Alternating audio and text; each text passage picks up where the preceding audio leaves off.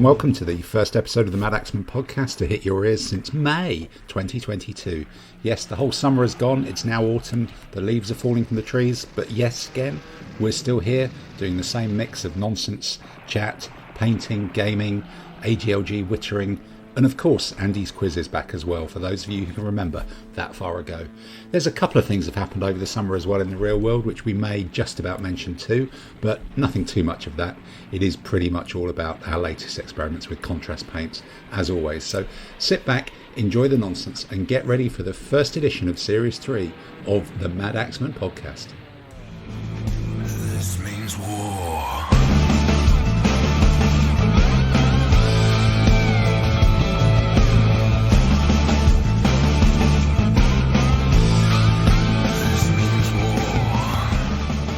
My lord, we're back. Well, we're sort of back. It's a miracle. It's or maybe it's bad news. Not a lot's happened since May, has it? Really? Is it? Anything happened in the world at all that we've missed? Possibly. Nothing exciting. Nothing exciting. Not entirely sure. But in the world of toy soldiers, we have a wonderful set of 5 people here. It's taken us since May, and we're now in September, which is like May, only just in September, July, August, September. So that's 4 months, and even with 4 months warning, 4 months gap since the last one, we still managed to be 2 people short. I think Adam is playing nurse or something like that, and Peter may be exposing his badger to the willing population of Singapore in a work-based context as well, which shouldn't really be a reason not to dial in, I imagine, but possibly the time difference and a bar known as 4 Floors of Whores, I think, could possibly be a Singapore legend. Could possibly be one of the. Is he not just on the celebration tour with his trophy? He could be trophies, isn't it? Trophies. He could be. Maybe he's just taking them to 4 Floors of Whores specifically to show them off, so to speak. No, it's a near legendary night spot in Singapore that I've never been to, and but we do have a smaller but high quality podcast team of Simon, Andy, Tamsin, and Dave, and of course myself, to try and see if we can vaguely remember what we've done over the intervening 4 months. And I guess without further ado, because we can just about remember the usual format of these things, the starting point is always, what have you been painting since we last spoke? But I think that's not possible to cover in a podcast that lasts less than 3 days. So maybe we kind of tweak that to sort of say, well, what are the real highlights that you've done? And more pertinently, what's actually on the painting table in front of you? And I think, Dave, you're, as usual, painting as we speak. I can see you looking through the magnifying glass. I am. Which is reflecting disturbingly on the lower part of your face. You've got a bit of a what was it? The Simpsons, a bit of Homer Simpson in reverse going on in there as it's brightening you up. So what are you painting at the moment? And are there any highlights that you can recall from the last 4 months, painting wise? I'm actually physically painting 9 Years' War Grenadiers at this moment, and I can quite honestly say that this will be almost the end of the 9 Years' War. And that's a painting project that's taken 9 years. Yeah, it feels like it's taken that. It has taken the length. No, it's taken a long time. I've got a very patient person waiting for them. Oh, but I think it's a mega army, which means it's enormous. Enormous. Yep. Enormous. Yep. Even larger than a fog army. Right. Okay. It has taken a long time, but it's been quite fun. I've saved the good bit for last, so I'm painting things which I've never even dreamt of painting before. Yeah. So what is that sort of? What the hell do Eastern European grenadiers look like? Do they just have funny hats, or they've got silly furry hats? And are they carrying grenades? Is that what? Are they all hurling grenades? Some of them are carrying grenades. Yes. Right. They are specifically German type grenadiers. So they're stick grenades then? No, they've got the round ones with the fuse in the top. The classic, oh my God, it's a bomb. Oh classic my God, cartoon bomb, yeah. Classic. Yeah, exactly. Because that's always slightly puzzled me about actual history stuff, because this isn't an area that I really know. So grenadiers, clearly, some of them were they like units who all had grenades, and that's just kind of what they did? They just all threw grenades, the whole lot of them, or was it like Well, some of them had I They had grenades? They had muskets as well, but their job was throwing grenades. Typically when you're assaulting fortifications. But how many people would be in like a unit, a dedicated grenadier unit? Would it be like, all right, there's a wall, chaps, let's call it grenadiers there. Oh, sorry, they're in France. Early days, it would be maybe it would be a small company within a battalion or regiment. Okay, so there'd be 30 odd blokes who are grenade throwing specialists with silly hats. with silly hats, and if you're a grenade throwing specialist and you're wearing a really visible hat, and there's somebody else behind the barricade with a gun, isn't that like sort of the wrong way to do it? Isn't there a flaw in that plan somewhere? Like, I'm going to make myself really visible that I'm the bloke with a grenade that I'm going to try and throw this over there. Yeah, but Tim, Silly hats, okay, stay away. Just stay away. I might blow up. Yeah. All right. Okay. No, I think the idea was the grenadiers were sort of big and brave and looked scary. So Yeah. I think the idea was that you're. So the big hats just increased the height. Yeah, I was going to say that the big hats Make them like look compensate scarier. for them making look scary by making them look silly, but no. Mm. So you'd be wearing behind your long- barricade, and you'd see these big blokes with funny hats come up and again, my science on this about the history isn't too great, but the idea that your ability to throw a grenade a distance, surely that distance is less far than someone can shoot you with a gun, even if gun technology is not massively advanced. Yeah, but I think the guns in those days, you just set them off and hope they hit somebody, which is why they all stood so close to each other to make it possible to hit them each other. Right. Okay. Yeah, otherwise, it would have been unsporting when they So started spreading out. having It was sort of cheating. So having a big silly hat on Okay. wouldn't really make you a bigger target, because Right. You just couldn't hit anything barn door anyway. exactly, and like when you did shoot, you had to point at the ground, because The when recoil. you shot, your gun went up in the air.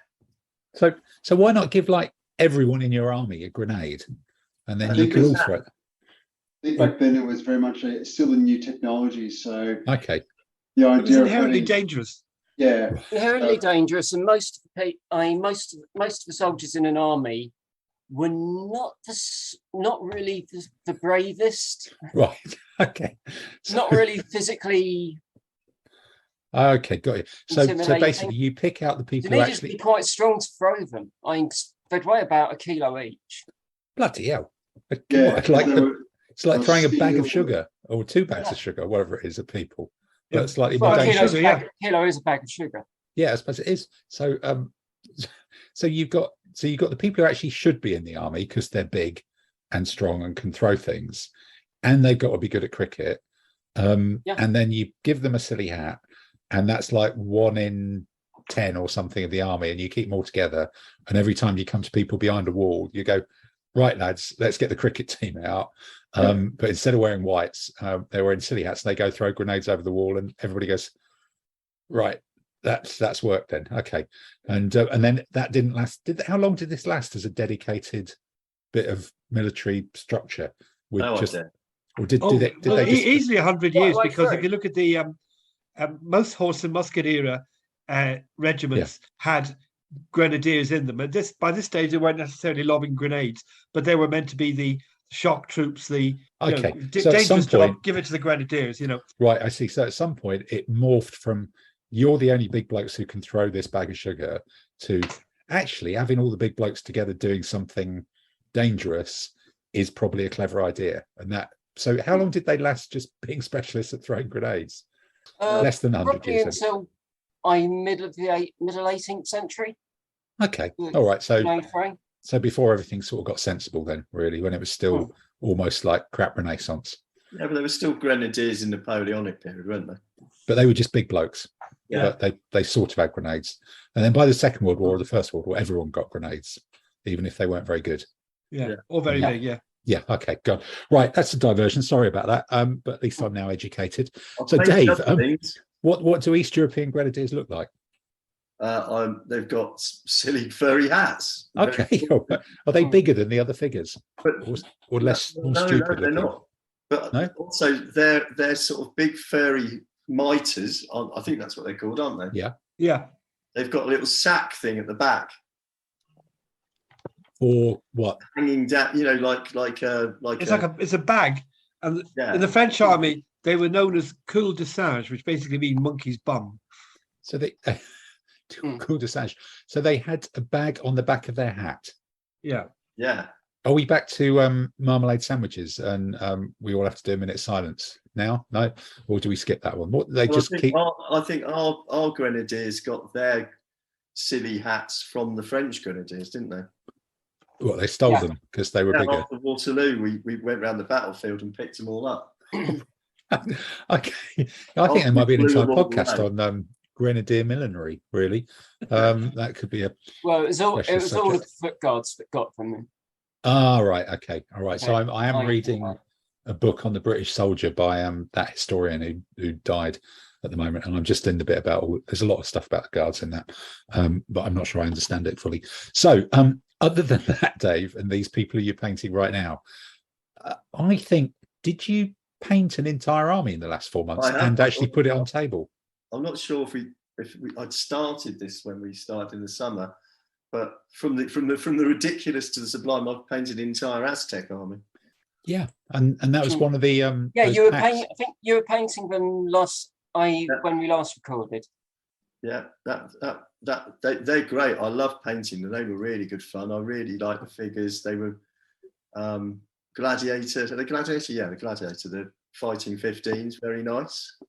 Yeah, they've come out really well, really well. Bit fiddly putting the shields on, but worth the effort. And Did you listen to the Glue podcast before you did it? Absolutely rubbish as an army. Right. Okay. But there's been a few well, we'll come to it later, but there seems to have been a few competitions where those armies have appeared and been tried over the summer. I don't know what other people are doing with them, but No. I don't know how to make them work. But I they think do look everybody else pretty. is using text Carl, and anyway, we'll come to that. But I've used them in one competition. I used them in Birmingham, and they were. I think I got one draw, which was a blessed relief because I didn't think I'd even get that. Yeah, and then all the other games you came second. Yeah, exactly. But I think we're talking about going to a competition in France, weren't we? And it sounds like you're not allowed to have any mounted or something. Yeah, they've got a doubles competition with all foot. I think if there's a competition where their inherent fear of horses doesn't exist, I think that's got to be taken then, haven't they? Yeah, I suppose so. If it's all pedestrianised. All right. Okay. They've got to go to that. Yeah. And then what else? Is that the main thing that you've done over the last few months? I've done some bits and bobs. I've done some biblical figures. A game from Fighting 50 range, which I'm quite enjoying. There are a range of figures that I've completely not really seen and known about. And I'm sort of starting to get a bit of a collection of their biblicals together. So I've added the sort of sea people, heavy foot. Yeah, they're chunky guys, aren't they? They look like they could actually get involved in a fight, which most biblical figures look like they get blown over by a strong wind from the desert or something. Exactly. Well, they went to a competition of one day, one of the Southern League one days, and they performed absolutely rubbish as well. Right. Is there a common theme in There this? is a common theme here. That possibly has been rubbish. Was that the indolent Mewash, Dave? Yeah, the indolent meshwesh, blah blah blah, mare. The Mechweb. indolent Mewash is how it came out on the WhatsApp. Yes. Even my opponents were sitting going, "This doesn't make sense," because everybody went, "That looked like a really good list you come up with there." And it just didn't work when you played with it. Okay. But then this is a theory I have, which we might get onto later, where I'm thinking the impetuous in ADLG is not worth paying for. Okay. All right. Well, we can possibly come to that in the future. I bought an entire Viking army. Well, maybe we come to that in the certainly. what's coming up in the future section, which I think is coming up in the future at some point. So, well, if we're on to your future things, let's look at someone's current and past. So This means war.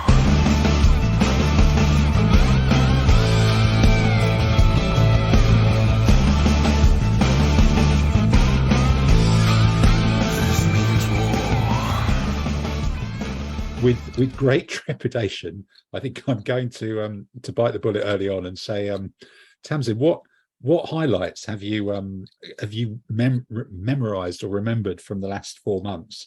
And or please tell us, like, you moved house and something, and I haven't and you moved didn't do much. house. You didn't do much painting, and there's only like 1 million figures that you managed to get through, and some terrain to go with them. Yeah, well, I think when we last recorded, I was painting some more Judge Dredd terrain. Yeah, for I think Judge Dredd. have they just arrived or something like that, or Yeah, or are they just continually arrived, I was arriving? Is there just a getting it continual ready, stream of Judge and Dredd arriving yeah. at your house? Yeah, so here's a photo showing everything in that bit which I Mhm. painted up. Okay, and that's what, 4 foot square, is it, or 3 foot square? Nice 3 little foot square. 3 foot square terrain table. Yeah.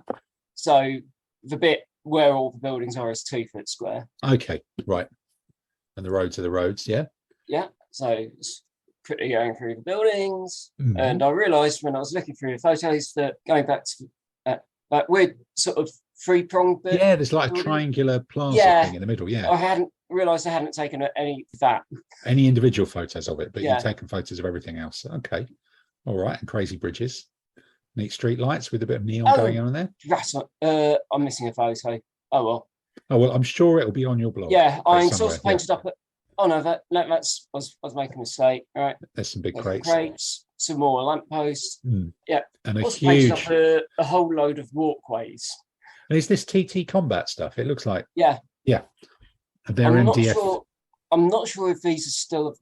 extant. If these are still available from them. I think they might have been withdrawing them to update and replace. Oh, right. Because fashions in far future apocalyptic overhead walkways have changed in the last couple of years, really quite Yeah. considerably. Health Or and maybe safety. 40K figures have just got bigger and bigger Yeah, and bigger, I and they think fall off. They're updating a lot of their ranges at the moment. Hmm.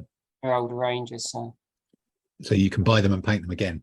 yeah, Okay. I probably won't. And then I've finishing that, decided it's time to start on opposition for my British Paras. So Right. So this is late war German camo. yeah, SS. Oh, right. So I've been Okay. doing the oak leaf. And Yeah. these three were test figures. So a sniper that I'm going to be putting sort of hiding behind a bush because Hmm. the end So of that's the what barrel snipers do. snap. The end of the barrel snaps during Oh, right. prep. There's So a bit of so I need rigorous to hide painting. that. Yeah. Yeah, Need that's to got to hide that. disappear. Yeah. So I did the bit doing the oak leaf pass. I did with test figures, assessed out sort of your colour schemes and so on, and to try and do the oak leaf pattern. And then that's pretty cool. But then it looks Yeah. like you've ended up doing a lot in just grey. Was the oak leaf pattern even too intimidating for Yeah, you? because some of the figures aren't in the camo. So yeah, Oh, okay. So that's just, you didn't do it deliberately. it's Some are just actually not in complete mix. smocks. Yeah. um, Okay. so started painting up. I suppose And which manufacturer are these from? right. These are all artisan. I was going to say, yeah, because they've got those really sort of deep cut angular faces that take paint Yeah. really well, haven't they? That look like they're kind of shouting angrily at something, but they're a bit kind of commando comic looking. Cartoonish. Yeah, a bit like Cartoony, commando comic looking, which is not a bad look for Second World War stuff. Yeah, so a couple of tripod MGs, Yeah. and didn't quite have enough additional crew figures for them. So Right. that's That's enough. Yeah, it's enough, guys. Yeah. a couple of quick shots. Yay. Nice. Very nice stuff. They've even got little insignia on Then the shoulders. painted up the platoon HQ. So you've got an officer and a Panzertrek team, Hmm. sort of and then sort of 3 MG42 crews, Yep. That's a lot of grease going. MG42 teams. Which, having played my several games of Bolt Action, I know that's really important. Mhm. The MG teams for sure. Though I'm not Yeah. quite sure what the Shreks do yet. So got so it was close up to those. I'd like you to tell me that it also took you. did I'd like another tripod MG team, but this Yep. time sort of on the move. the on the move. Yeah. Yeah. That's a nice And little figure carrying the tripods. Yeah. another squad leader to either go with support options. Yeah, he's got a definite air of Sergeant Steiner about him, hasn't he? Yeah. I think. Oh yeah. And Yeah. sort of I'm back in my That's their transport, bought is it? a 3D printer. You've bought a 3D printer. Yeah. Whoa, God, this is a whole new podcast. And it looks like the first thing you've decided to do is the nose section of a 1-to-1 scale Star Destroyer. No, No? no, that is the entirety of. Did any of you ever play Traveller role-playing game?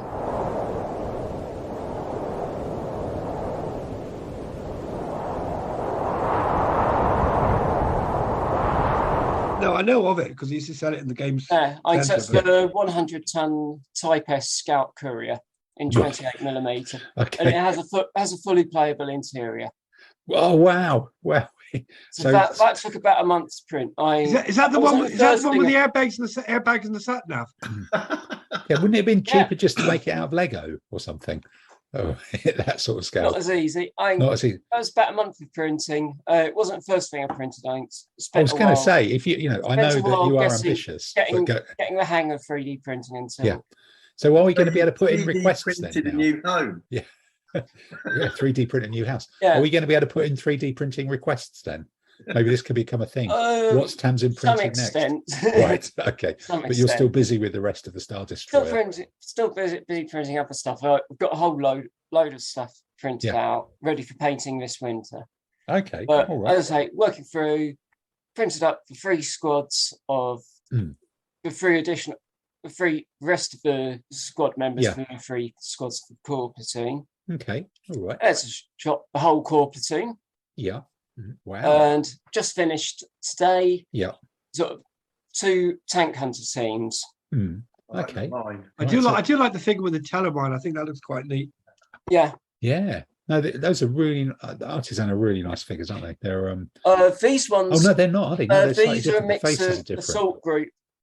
These and the squads. The squads are a mix of Artisan and the assault group. Right. So guy at the back is Artisan. Yeah. I think that MG42 guy is Artisan, and the 2 closest, the guy with the bunched grenades and the guy with the teleminer assault group. Okay. All right. So it's that's a real mix, but they all still fit together quite well by the looks of it. Yeah. Yeah, I wasn't sure when I ordered the assault group figures how well they would fit work, but they seem to. But it seems to be okay. Oh, good, good, excellent. Okay. If you want to see, no, Tamsin reaches over. Oh no, there's something behind. Right, here we go. What? So you're going into kind of action figure. This is it's a bust of Judge Dredd. That's kind of Action Man sized, isn't it? Scales. Yeah. That's 75% of the full scale. Right. So that would be Big Action Man then. So or maybe he can date Cindy or something. There's a terrain piece for Mega City 1. I have the Statue of Justice. The big statue then. Okay. I thought he was going to be dating Cindy and there was going to be some weird crossover movie opportunity. It's like when the DC universes come together, but possibly not. That's probably not a movie we want to see, is it really? Yeah. No. That would be a very weird one. All right. Okay. Have you run away there? Does that mean you're bringing more stuff in? No, it's just the printer's finished. The printer's off and going. Okay then. Well, look, that's a good gallop through, and I'm glad that it's taken you several months to paint Zeltbarn, because I've sworn at it for much longer than that when I've tried to do it, but I tried to do it on 15mm figures, which is always tricky. This means war.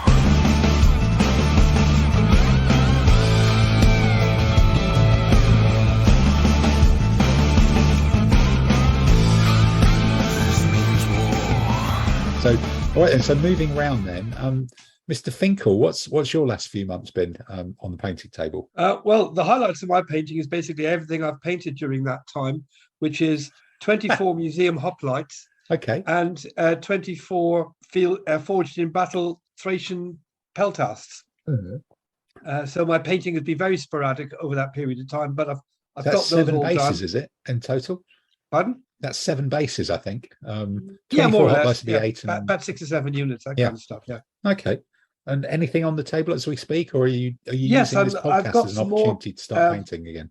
Yeah, I've got some more medium infantry for a few armies, Gauls and Vikings, and some Gallic cavalry. I'm really just painting sort of bit in other armies at the moment. Bits and bobs.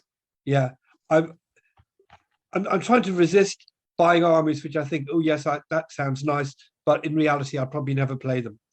Well, how are you managing to do that? Because if any of the rest of us could do that, that would mean we'd be able to bail out the Bank of England, I think, and in the current financial crisis with money we've not spent through holding back on buying figures. No, well, the question I say is, oh, that's nice, but would I really paint it, and would I ever get to play with it? And if Sorry, I don't understand that question. Really, is that really a thing? Casting aspersions on my Aztecs. Yes. No, not at all. No. Yep. I mean, I'm not saying I don't get tempted to buy things, serious projects from time to time. So, for example, we went to Scotland in the summer, and I thought, I'd be half tempted to buy a Montrose Scottish army from the Civil Wars. And then I thought, my wife will kill me. No. I thought to just gather dust, because how often would I get a chance to use it? Yeah, no, I guess so. Actually, quite possibly. Okay, all right. So it's been a fairly quiet painting summer as we speak. Any new paints or any comments on the fit? Or was it just still plugging away? I did use the contrast paints for the for the main bit of the Thracians, and that helped to speed it up. Contrast paints, which I've decided I don't really like, but for the basic tonal colors for cloaks and greens and things like that, they'll do. So once you've undercoated them, you can slap the contrast paints on part of it, and then use stronger paints like the flesh ones from I use the coat d'arms ones, and silvers and things for the swords. So it does speed it up a bit, but I'm not going to use only contrast paints for the whole.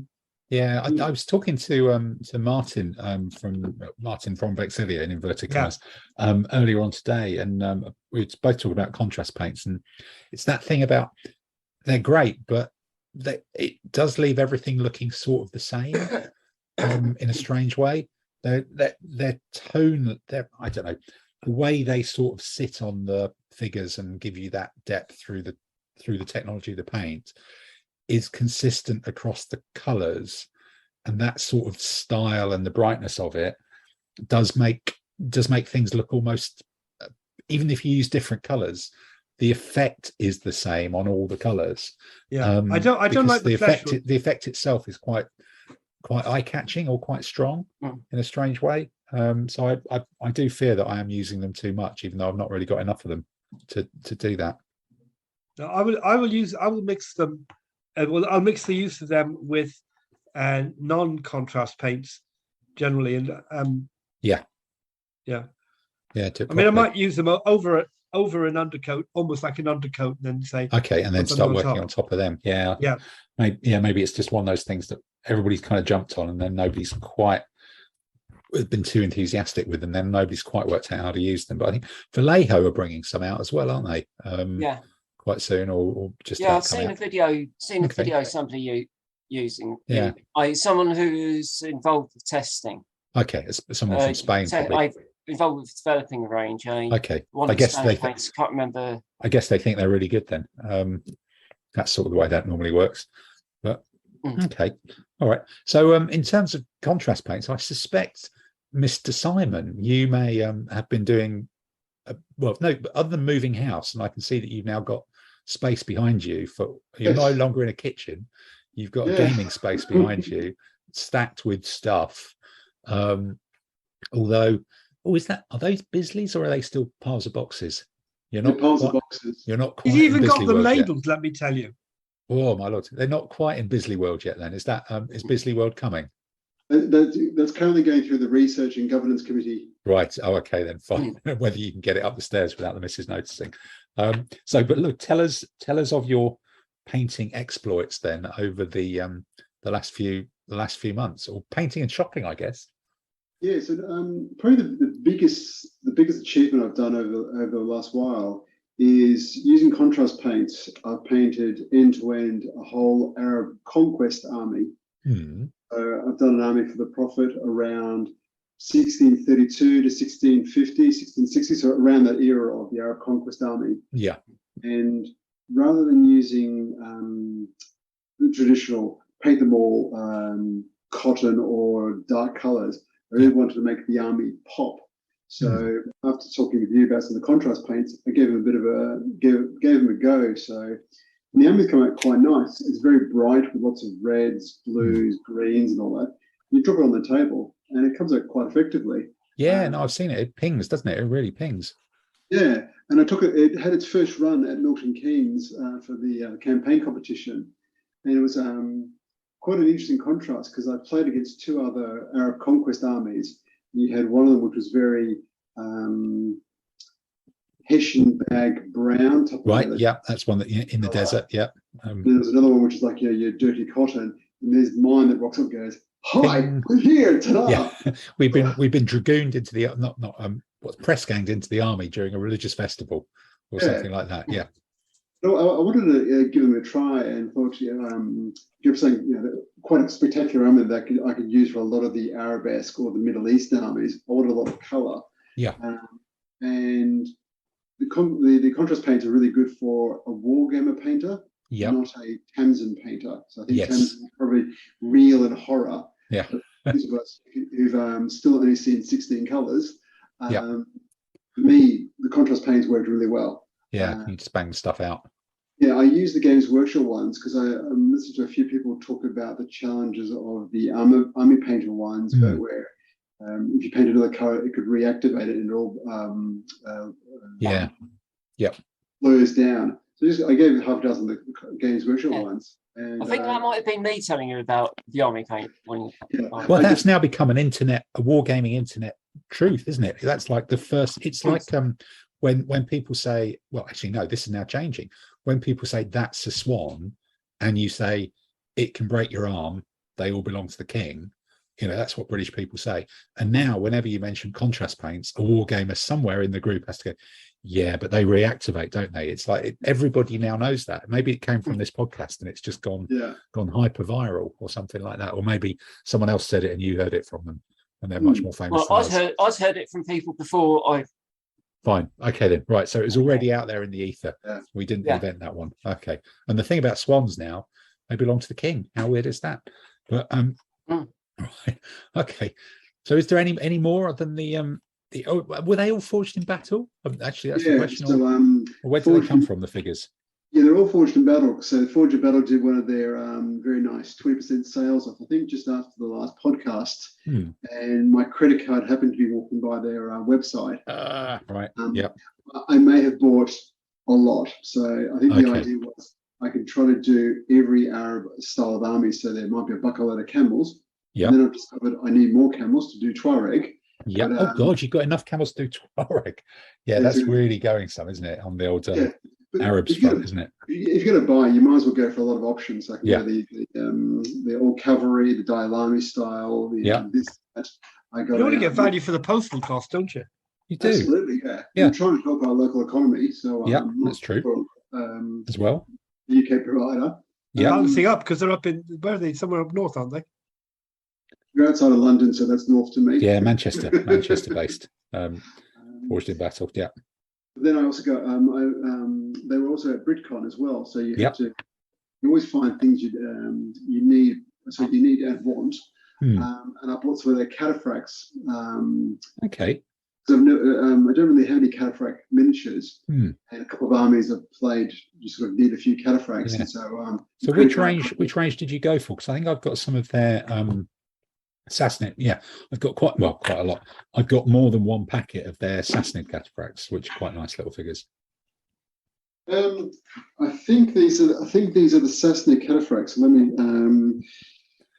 The ones that have got they've got the light bulbs on the head. I think one of them might have a light bulb helmet, possibly, even though anachronistic as they are. Yeah, so there's the obligatory guy with the big hammer. The one, cutest one is. Yeah, that does. Oh no, that's got a looks like a windsock, isn't it? Yeah, windsock kind of thing. Oh, maybe it's not then. Okay, maybe it's a different range or something like that. The cataphracts, you can see them, with a bit of contrast paint because they've got the nice barding. I reckon the contrast paint will really suit them, like some nice reds, golds, and all that. Yeah, really pretty. Oh, that's good then. Yeah. Okay, so that's been the extra. I bought a pack of their Armenian cataphracts some time ago, and the ones you're showing look quite similar to those. Like, I guess cataphracts are using the same dolly, is that what it's called? The same basic figure for a lot of them in some of these cases. So, okay, all right. This means war.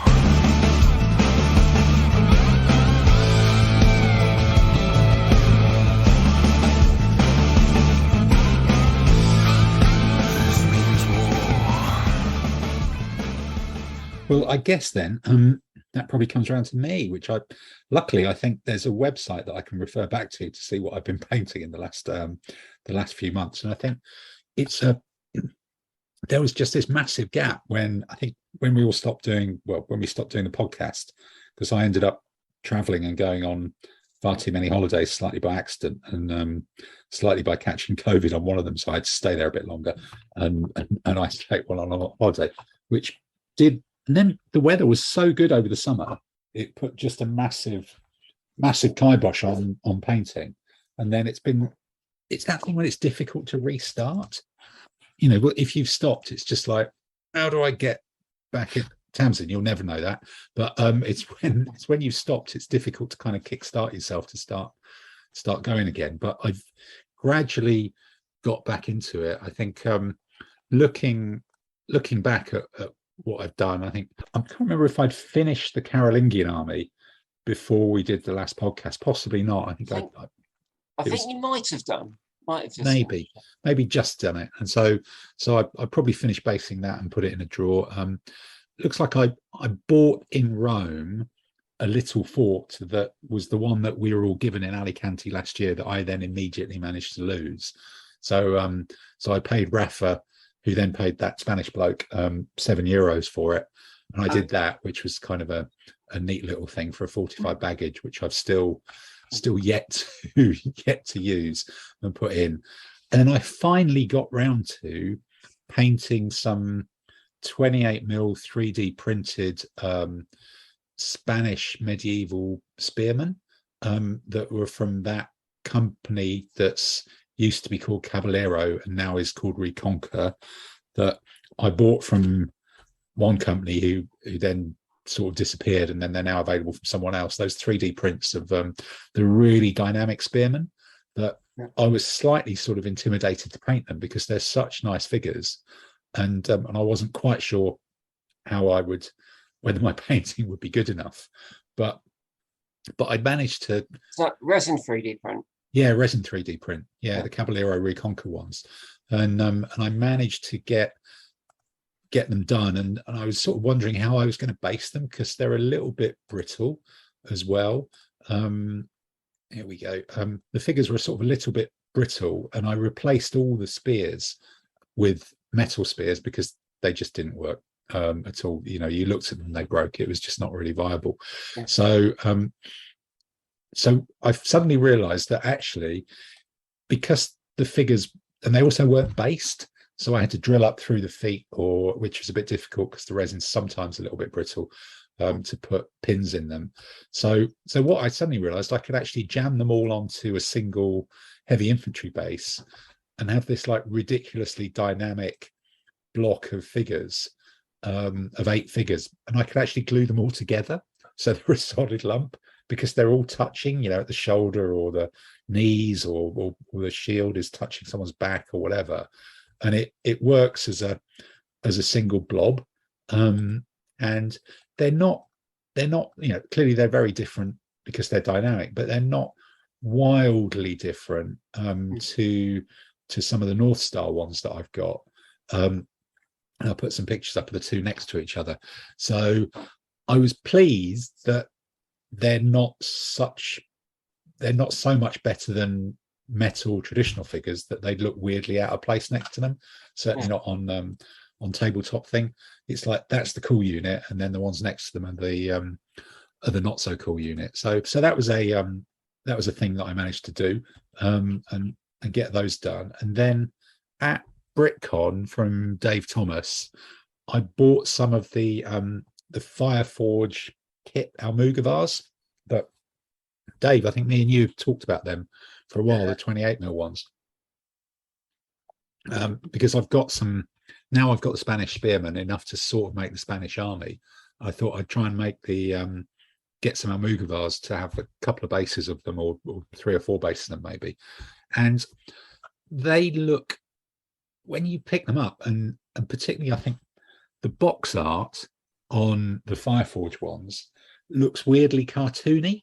I think whoever's painted them for them professionally has almost done too good a job. I don't know if that makes sense. But they look a little bit Lord of the Rings cartoony, funny figures there. And I was slightly worried it was the poses weren't going to be that good when you actually got real figures for them. But they get with the Red Conquista ones. Yeah, they're pretty fine with that. They don't seem too different at all. So Fireforge are really big, aren't they? Some are really big, but these are normal size. I probably should get some with the Reconquista guys. And because their arms are all separate, and both arms are separate, but each shoulder has got a mail covered sort of bit of the shoulder, and they're all in mail, well, pretty much all in mail.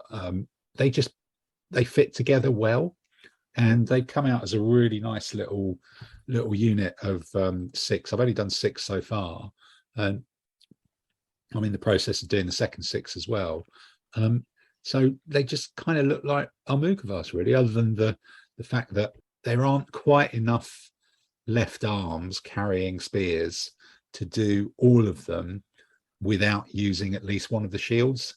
And I know that I just get grief off Dave for giving them shields, because well, there's all sorts of things. I'm really, I don't know much about the 3D printing, but I think those Reconquista figures are absolutely fantastic.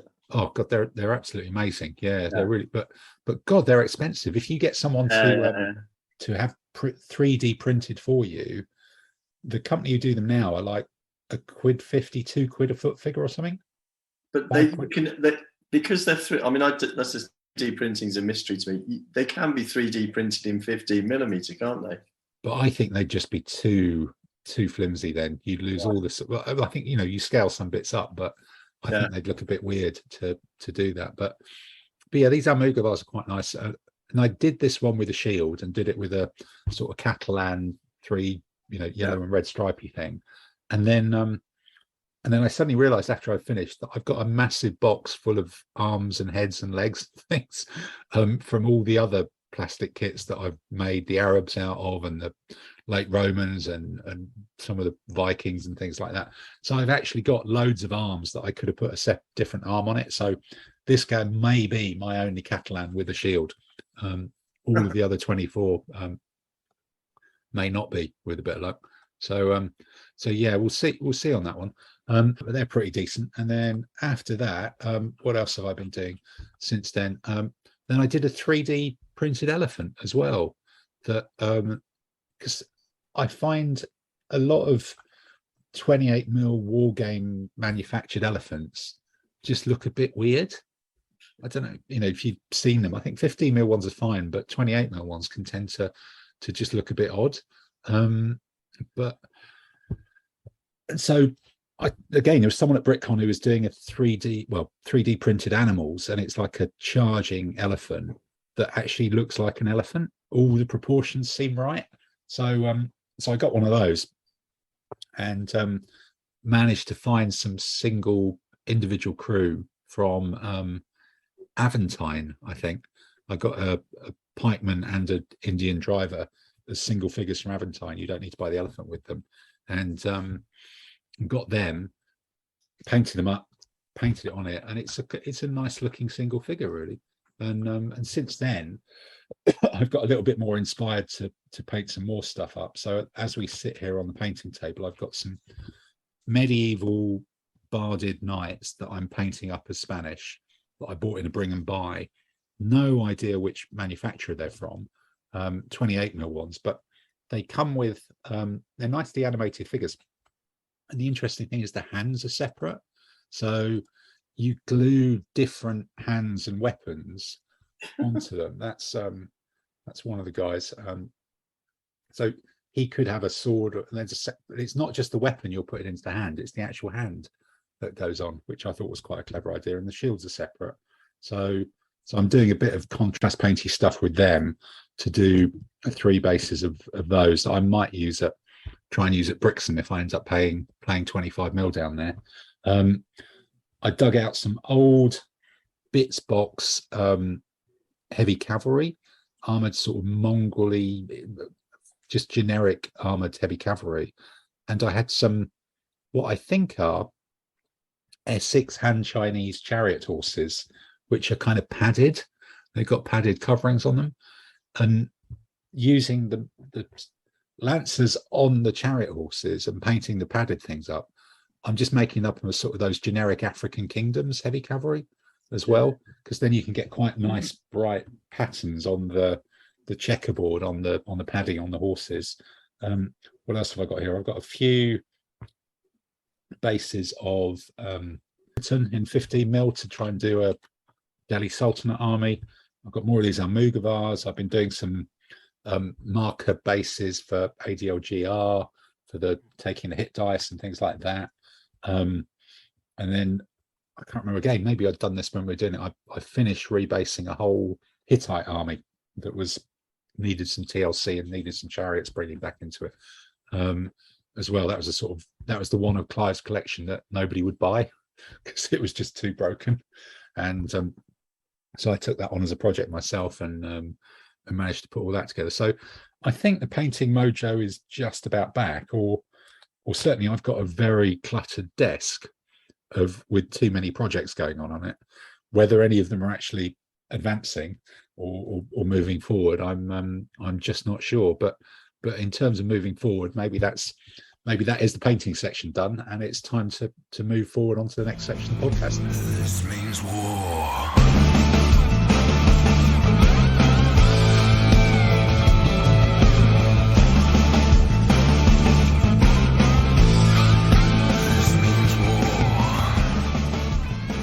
We've done what have you painted over the last few months, and I guess the next thing is what have you actually done gaming wise, which for some of us is competitions or casual gaming or getting to the club now that that's on off and running. So Tamsin, have you just been busy painting and 3D printing? No, I have had a couple of games. Okay. My Ancient Germans had 2 runouts in one day at club. Wow. And was that in ATLG or does that ATLG? Okay, because you had some of them as well for whatever the Infamy. Infamy, yeah. Yeah. So I had 2 games in one day with them, and won one, lost one. Okay. Historical opponents? Yeah. It was late Republican Roman and Stan. Yeah, Stan, Right. And I think it was Triumvirate Roman. Okay, proper No, Romans Richard. then. That's good. And also took most, but not all of my 7-year-old Russians to the club for the bank holiday game in God, August. yeah, there was a mega game of, was that? Yeah. No, it was still 7 Years War though. It wasn't the new, what's its name version of it? No. Napoleonic. No. Okay. That was a big game. Yeah. It was good fun. No, good. So that's the sum total then. But what actually 3D printing, because we did dabble on it briefly. Yeah. So when did you get the printer? What technical name is it? And what 2 or 3 things have you learned already that you didn't wish you knew when you started? All right. I bought it in May. Mm. It's an Anycubic Cobra, so it's a filament printer. Cobra. So when the filament printer is, the stuff comes on a spool, does it? Or Yeah. It's like a wire. Yeah. Rather than a tank of gloop. Rather than a tank of liquid, it's Okay. as a spool. But Is that a good thing, or is that a good thing, or what's the difference? It depends what you're looking for. Is it easier? Filament printing, it's cheaper. Right. So if you're doing big things, It's a win. Okay. it's a win. And also, small things. Unless you want insane amounts of detail. Yeah. So if you're printing figures, I have printed 28mm figures, which are scaled down to 15mm and 6mm. Wow. Okay. And God. they came out came out okay, but Yeah. that was very early on. You could see the layer lines. That was because we hadn't tuned Okay. things in All as right. well as I should have done at Okay. that point, because I was still learning. So you'd be confident next time that stuff wouldn't have as many layer lines, even if you scale stuff down. The layer lines wouldn't be as visible. Okay. Yeah. Okay. It's still be visible, but Not as. not as obvious Okay. now. And it's just a case that you can print them. Can't get quite as much detail as you could with a resin printer, but Right. for very small figures They're good as. can be as good as. Okay. So if It's it's not mostly for sort of terrain, spaceships, and so Yeah. on. Yeah. Because late last year, I backed a Kickstarter from a company who's got the license to produce STL files or something. 3D printed traveller ships. So Right. there's Okay. hints of nostalgia. Yep. And you had to last put it year, in. they did one of their Kickstarters was to produce sort of 1 to 2 70 scale versions of a lot of the ships. Yeah. So that's much quicker for them to do. Yeah. So what are the kind of the 2 or 3 things? Is there anything that you wish you'd known when you started? Right. As in, you go, I bought a totally different printer. It'd be, Yes. I wish I'd known. I wish I'd known or beforehand how to actually how to actually sort of tune in the printer properly. Okay. So did you assume it would just work out of the box, or it works well enough straight out of the box? But if you want really good quality, you have to do a fair bit of tuning. And right? Okay. it's not like no bits. Never have it handled on it. It's finding out sort of the mechanical sides of things and all of that. So are there video? Well, obviously there must be videos. There are videos, but it's not the same as fucking it up yourself and changing it. Yeah. Hands on one and say. Okay. Sort of being shown exactly what you need to do. Right. Okay. So it was a steep learning curve. Yeah. For a month or so. God. Wow.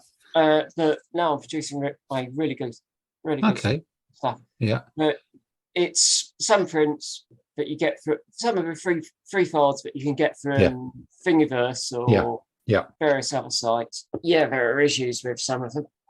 Right, they just they won't print properly, or they haven't got. Is it? Am I saying the word? They haven't got the right supports. Is that's something I've picked up? Supports is something that you have to learn how to. Filament printers support is vital. With resin printers, you have to learn what needs to be done. Although a lot of the companies producing for resin miniatures, resin printers, do supported and pre-supported models. Versions. Okay, so if you get a 3D design from Thingiverse, and you will then go into a software package and add some extra sticks onto it for support. You can do it manually or manually. Wow! You can sort of go around and stick a bit of file and sort of decide where you want to place supports. Okay. Or you can just let the software do it. Oh right, okay. So you press the button and go, this needs supporting. Then it might get it wrong. There's a bit of a learning process about the settings for the supports. What density, interfaces, the gap distance that you give. Whereas with filament printers, it's not. There's actually a very, very thin gap between the top of the top or bottom of the support and the model. Right. Okay. So the supports don't actually touch the model in theory, but they do. Theory. In practice, they do a little. Of course, they do a little bit. Okay. God, that's mad then. Okay. Completely confused. Yeah. No, I'd some. Yeah. Well, resin printers for supports do attach, but it's small attachment points. God, so if you're getting a 3D design, you need to know whether it's for a resin or a filament printer because that'll affect the supports. Not really. Okay. Not really. The software does the supports. Yeah, the software does the supports, and use different software for if you're doing for preparing Okay. files for resin printing, use different software package. So then the question is, have you found any decent free files for historical miniatures out there? Or is it all science fiction and wizards and shit? For the sort of scales we're looking at, I haven't. Right, okay. But I haven't really looked for Okay. historical figures. And it's but there's shed loads of tanks and trucks and ships and planes, Yeah. all of them. Yeah, more than you can possibly imagine. Tanks, planes, They're all there. spaceships. Yep. Terrain. Obviously, terrain, buckets of it. Tokens. Tokens, yeah, that's true. Yep. Dice towers. And rabbits. Rabbits. Rabbit dice. Probably, tower. yeah. No, there's a siege tower, a rabbit siege tower. Yeah, Simon, you must have a view on that. We all want You're want Mr. rabbit Computer siege in the room. You must have a thought about 3D printing. Now you've got your own room as well. tower. Yeah. Everything that I've heard about 3D printing implies that you do have to spend a fair bit of time getting your head around it and learning how to use it. It's not what we all were hoping for, which you can just go to Thingiverse or wherever, get an STL file print, and then you get a 3D army in 2 minutes flat. Yeah. There's quite a bit of effort there. It's a hobby, isn't it, in a way? It's definitely its own hobby. A few podcasts I listen to, a couple of guys are real keen on 3D printing because they like to print off now defunct armies that you can't get anymore. Okay, So yeah. it's quite cool. Hmm. The whole thing about the support, what Thames was talking about, is quite interesting. Seeing the manufacturers who do it properly Yeah. and those who don't. I bought off eBay. Yeah. A 10 mil the quasi Warmaster figures, so fantasy models designed on a 40 mil frontage, so you could play a Warmaster. Yeah, no, I think I've seen those guys. Yeah, and they're all kind of glued together, aren't they? The figures. Yeah, they're all glued together, so you get them in Yeah. strips. And you look at them, you think they're almost historical. Then you think, but how do you split them all apart? And they look a bit weird. Yeah, and yeah, so they've come out quite nice. But the supports, I've just finished cleaning them up. And you got them when? May? June? I got them in June, but due to house and they just sat in the box and went, I'll deal with them later. Yeah. They're resin prints. You got 3D prints themselves, did you? Or the files? No, the prints. Simon bought them from. Yeah, I paid for someone to pay them to be made. They're done in grey resin. Yeah. Yeah. The trick with removing supports from resin is dunk them in hot water. Okay. It makes it easier to remove the supports. Oh, okay. So do you do it with the sprue cutting tool? Is that a good thing to do? I used I've got the clippers to get some of the more easier supports out, but then I use some very, very, very sharp surgical scalpels I've got. Just very quietly, I very carefully cut them out. Because the army that I bought was a skeleton Arab army, like an Egyptian army, so like a sphinx with a scorpion tail or a big bone giant with lots of ribs. And you can see the support inside the rib cage between all the ribs. Oh God! So you have to sit there very, very carefully and be just wave out the things. But there's some really good companies out there. There's a whole bunch of them there's company guys and girls who make the STL files, and they basically feel free to print them, and they then there's various companies who license these STLs, and they can then sell them on eBay. Yeah. Talking about historical ones, so a bit of a plug for a company called Cromarty Forge. Cromarty Forge, yeah, I've heard of that. Yeah. A UK one. Yeah. He's done a whole bunch of 10 mil armies, and I looked at them because they've got a whole rat army. So the Greater Empire of Cheese always comes to mind. Yes. Yeah. You know, I like stupid armies. Yep. But he's now just done a whole 15 mil 3D printed Gaul and Roman armies. So, so that's quite neat. So there are people starting to do 3D printed armies in the historical range in the Yeah. Anything I guess- other than World War II or World War One, I guess is Yeah. the way of saying it. I guess the question is, if only I didn't have a Roman and Gallic army already in enormous quantities and numbers, then you Yeah. might be tempted to have a go. But it's just testing it just seems tricky when you've already got so many of them. It's like buying them just for the sake of it, just to see if they're crap, really, Yeah, or if they're good. I think they're not bad. Yeah. But compared to a good lead one, Hmm. they don't cut it. So like so looking like these 10 mil ones, Yeah. there's detail, but it's very, very fine detail. So I think if you did if you painted them a little bit too thickly, Hmm. you'd lose a lot of the detail.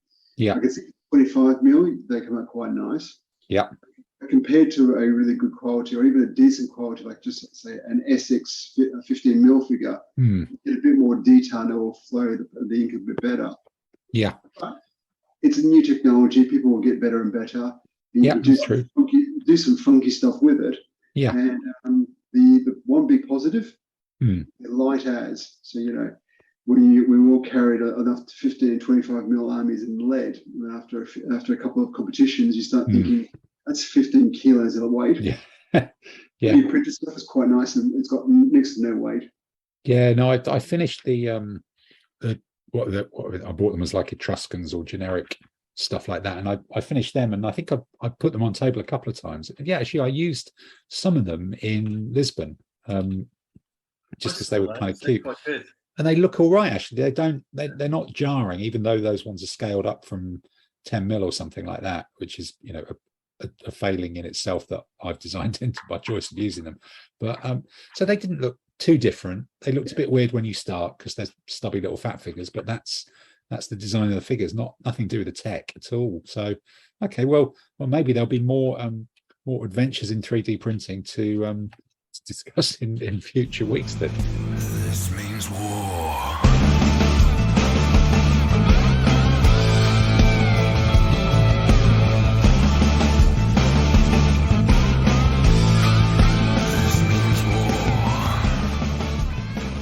So, Simon, we just kind of came to you on buying those when we were talking about gaming. But what's your key gaming things over the last few months? Have you been?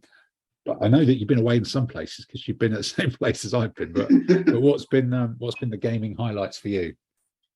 Gaming highlights was obviously going to the Worlds in Rome. That was a cracking 3 days of wargaming fun and games. That was a good weekend, wasn't it? Yeah.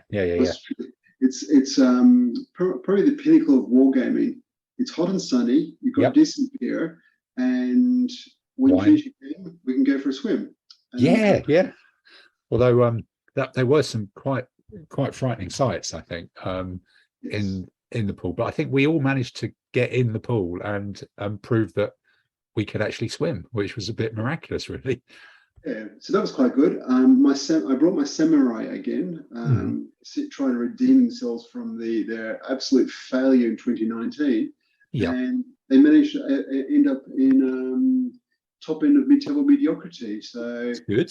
I think out of the 4 to 6 games, I got 3 or 4 wins and 2 losses. So I was quite happy at that. It's very solid, yeah. And did you play a big mix of international players? Was there many Brits, or was it just all foreign? Was it people you played before, or just a good old for mix? me, I got to play purely against all the Italian players, so that was quite good.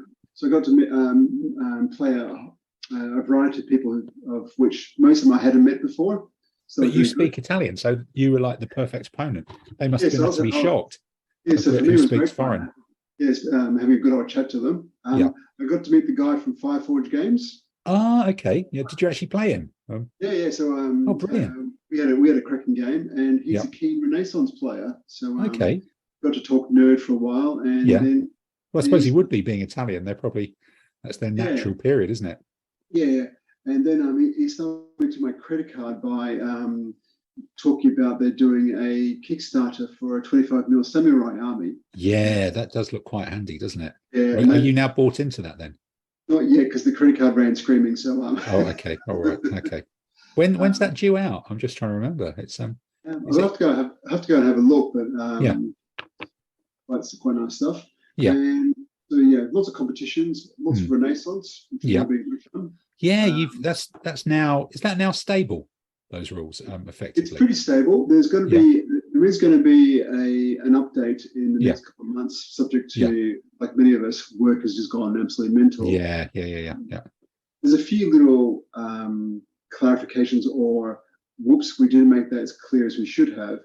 But broadly, people are enjoying it. You get a cracking game. I've been absolutely thrashed by quite a few people. So are you getting feedback? Because I've seen on the Facebook group that there's people from all around the world picking up. There seems to be like a little group in North America and some people elsewhere. Have you had, and I think some other places, but are you surprised by how wide the interest has been in some ways? Yeah, it's been really, really positive to see people from like all the way from New Zealand, Australia getting into it, or at least having a read of the rules and throwing abuse my way, which is always good.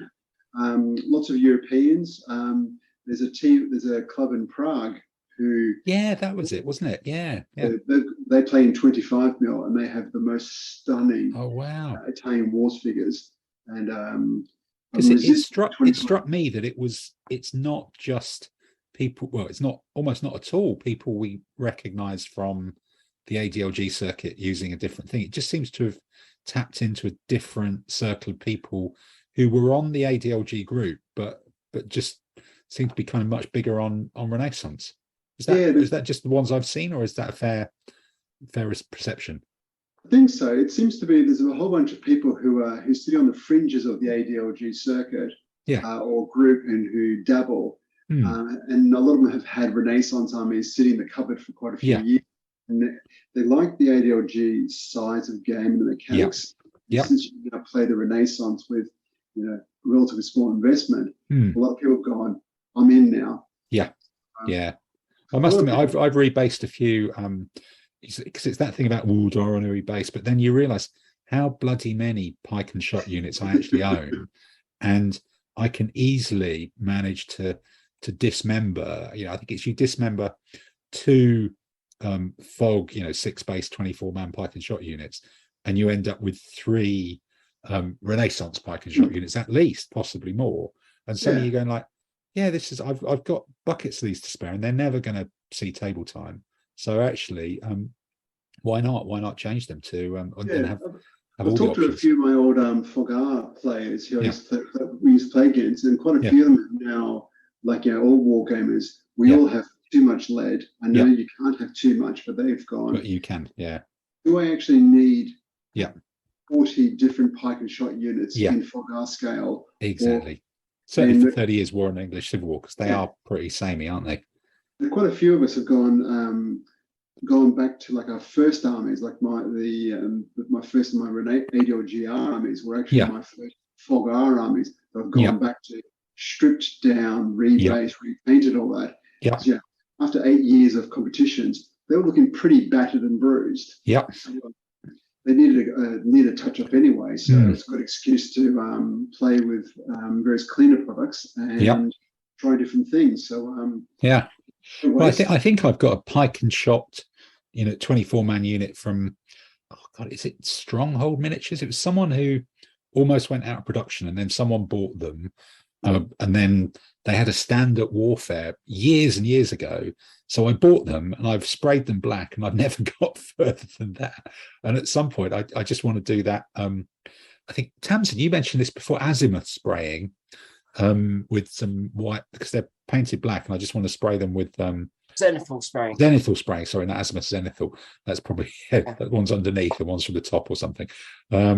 So I want to kind of see if I can do them and just do them quite quickly. To maybe this podcast will spur me to dig them out of the back of whichever drawer that I know that they're in somewhere, and see if I can just put those on table quite quickly as well, and just give them an outing really. Getting them on the table is always good. Just as a quick plug, we're having our first one-day ADLGR competition at the end of the year. So excellent. In central London on the 27th of November, Sunday. It's the week before Brixham. Brixham before, so it's a week after Reading, and then the week before Brixham or something. Okay. Cool. We're having as a memorial for Clive, one of our club members who passed away during COVID. We'll have prizes for the most ones rolled. Yes. All the appropriate things for Clive. He'd appreciate that. Absolutely. Yeah. No, I do. I do remember that. I think. I'm just trying. Where did I take the Hungarians? And used Hungarian dice, and they weren't particularly good. Must have been a competition earlier in the year. Must have been his dice. Yeah, they definitely were. They literally were his dice. I put them aside to use for Hungarian army and see how they were going to work. So okay, so that's been the main gaming thing. Have you done any other? I'm trying to think. Have you done any other competitions or? I did BritCon, which was good fun. That was my 25 mil. So I brought out the 25 mil, the Free Company, or the English Hooligans on tour, as I call them. Yeah. So they had a cracking competition. So compared to Warfare last year, where they got their heads kicked in. Yeah. They won. So they won. Oh right. Okay. So you were just, because this is what happens when Peter isn't here, because I think, to be fair, the idea of Peter getting to the end of talking about competitions and then going, oh yeah, there's this other one that I won. I don't think we'd still be hearing about the ones that he's done well at. So okay, so that's your kind of summer of gaming. So let's move around. So Dave, we talked a bit about your unsuccessful Aztecs or something like that, but the last podcast we were doing, we were talking about our trip to Germany, and I think we've done quite a bit since then, haven't we? There's been all sorts of things going on. You've done a lot of one-dayers and other things as well. There's been a phenomenal amount as well. I think there's been 3 one-dayers, which is good. That's the Southern League, because the Northern League has got going in a big way. So we thought we'd do that, and that's good because it brings in new players. Yep. And people who are less, how should we say, competitive. Yeah. No, well, absolutely, it's great. Yeah. The ones who don't travel quite as much. Yeah. That's really good. That's thrown up some really interesting results and been fun. Yeah, because it looks like you've just trying to sort of remember your results off the top of it. You've taken some unusual armies and had some eclectic results, I think is probably the best way of saying it. I mean, one we played at Jesse's, Jesse's kids are in the Scouts, so we did one in the carport. Right. It was really good fun. Jesse did some food, and it was in a sort of like new build estate, and all the neighbours came out to come and have a look. So that was quite fun. Wow. Hopefully we'll do that one again. That was really good fun. That one, I took what I thought was a good biblical army and got absolutely trashed. No, that was a different one. Anyway, but then Rome was fantastic. Yeah. Because you went a couple of days earlier, didn't you? And I went for them out of house and home. The whole city. I went for the whole week, and then other people flew in, so I did a bit of a guided tour with some people around the museums. Oh, brilliant! Yeah, I really love that. I love Rome. Yeah. I thought I was doing quite well in Rome until I came against Javier, and lost to him, and then he lost to Pete in the final. We should give a shout to Pete because give a shout to Pete and his winning elephant army, Trump from Rome. This morning, written a version of. Right. Okay. Yeah, to try and copy that for the 2 trunks minimum or whatever. Yeah, 2 trunks minimum. Yeah. I don't know whether I will use it, but it was funny to just have a look at what that list is all about. Yeah. So no, Rome was good. You did BritCon as well, I think. BritCon was good. Played 2 Australian, well, 1 Kiwi, 1 Australian. Yeah. Good fun. They flew in. Good to meet them. Nice guys. Yeah. That was going well till I must admit, I was really pleased with the new venue in Nottingham. That worked out really well. I thought everybody seemed pretty happy with that. So it's a change from Manchester. Yeah, and I think there were a lot of visitors. Yeah. The stalls were doing well. I thought I got the impression. Yeah, well, I'd say Dave Thomas grudgingly admitted to me that it was their best ever BritCon, and he's kind of the bellwether for he sells so much different stuff that he said it was one of the best ones. I think Forged in Battle had a very, very good show as well. It was interesting because some of the traders just did it as a 1-day show, and some of the other ones sort of stayed the second day, and because of the voucher that all the players get to spend with the exhibitors, Yeah. you had this scenario that people were still doing a lot of business as they were packing up their trade stand on Sunday afternoon, because players were suddenly realizing that they'd got a fiver to spend, that if they didn't spend it, it was just wasted. So people were kind of running to the trade in between their final games and go, oh, I need some stuff, or they've been looking at things over the weekend.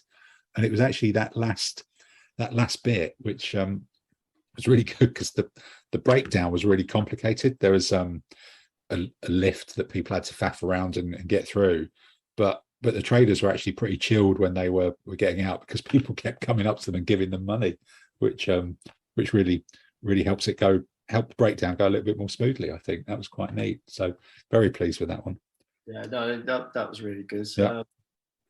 I enjoyed the 2 format of that. Was good as always. I love that difference and everything. Yeah, that crazy mix. That again. Yeah. So what armies have you used then over the period? What's the ones that have sprung out for you? So, being the worlds, I took my feudal Spanish up. We've talked about the 3D printing. I'm madly interested in those Reconquista. If I can work out who actually makes them, and how you get the damn things. So that something projects. Would you try some in 15 mil? Are you thinking? No. I'd do it in 25 mil. 28s, yeah. Yeah, I mean, even though hang the expense, they are expensive, but that'll settle down. It's I find it weird that they're sold on Etsy, and there's a whole load of weird things. I think the company who do them now is Irongate. Because they had the stand at BrickCon, so that's where I saw them. It used to be someone else. I don't know if the other ones still do it, but Irongate, I think, is definitely the company who do them. No, I had a chat with them at BrickCon, and they said that the designer's going to make some some more. Well, right, okay, yeah. But no. So I used the Spanish at BrickCon. Sorry, at Rome, because it was Rome and it was the world. Yep. I won the first 3 games, lost to Javier, who ended up losing to Pete in the final. But that was, I think I felt pretty close on that. Yeah. But then since then, I've tried to, like you, I've tried to sort of use different armies. All the one-day competitions, I've used some strange armies. Right. Okay. And then what else we did? Campaign. You did campaign recently as well, didn't you? Yeah, in Milton Keynes. First time in forever, that one, because that was one of the first ones to be cancelled, wasn't it? I think. Way back when. Yeah. Campaign was really good. I really enjoyed it.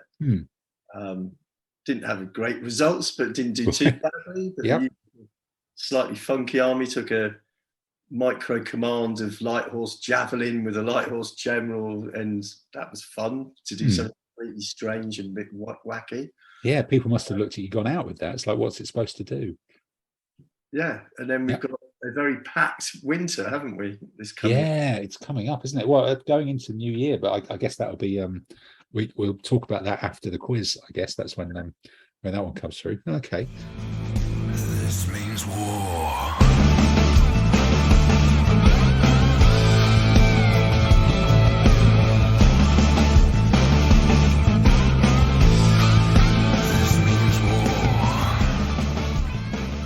And Andy, what about you? Are you still doing your regular weekly online games with Dave from the States? Yeah, I am. In fact, we've actually done some Renaissance games using the ADLGR, as well as doing some of the Ancients, and that's worked well. Because there's some Renaissance files in that, whatever it's called, online. Yeah, so we've done tabletop, Italian Wars of Religion, and we're going through a series of games with strategists. We're up to the 17th century. The last one I think we did was Swedes against Poles. Well, you'll have to tell us who you think is the best army with a strategist involved then, because I think we've all got to take one to a competition early in the new year. I suspect we're all still Renaissance army with Pole. No, just ancient armies with strategists. If you've got any advice on which ones work. In terms of competitions, I've been to a couple of the one-dayers for the Southern League, and I went to campaign, and I was in a team called Nice Guys Sometimes Win. Yeah, and out of 15 games we played, we didn't win one. Okay. Between all, how many, 3 of you in a team? Well, 3 of us in a team. That's right. That's we were- spectacular. We were haunted by Clive the whole weekend. It God, was, yeah. let's just say there were 6 teams taking part. Yep. We finished 6th. The team that finished 5th had twice as many points as we did. Oh my God, you were really so. What's so? I daren't even ask what army you used. Or we campaign has really tight. I themes, used doesn't it? Kingdom of Sicily.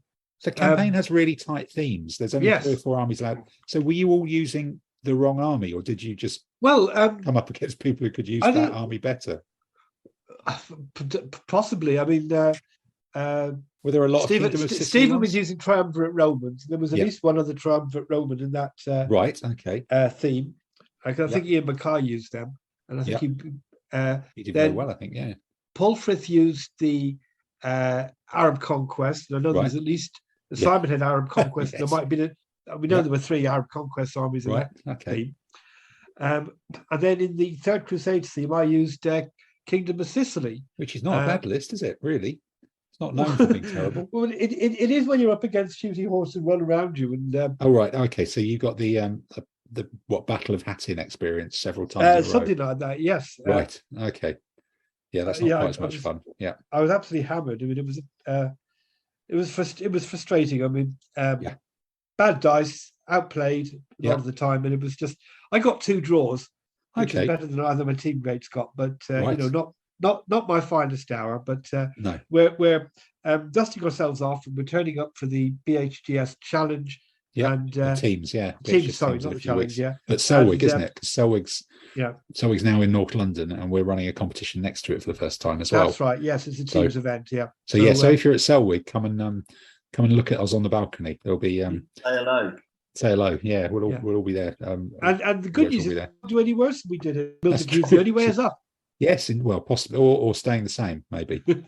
So is it the same team coming back for more punishment? It's the same team coming back for more. Yeah.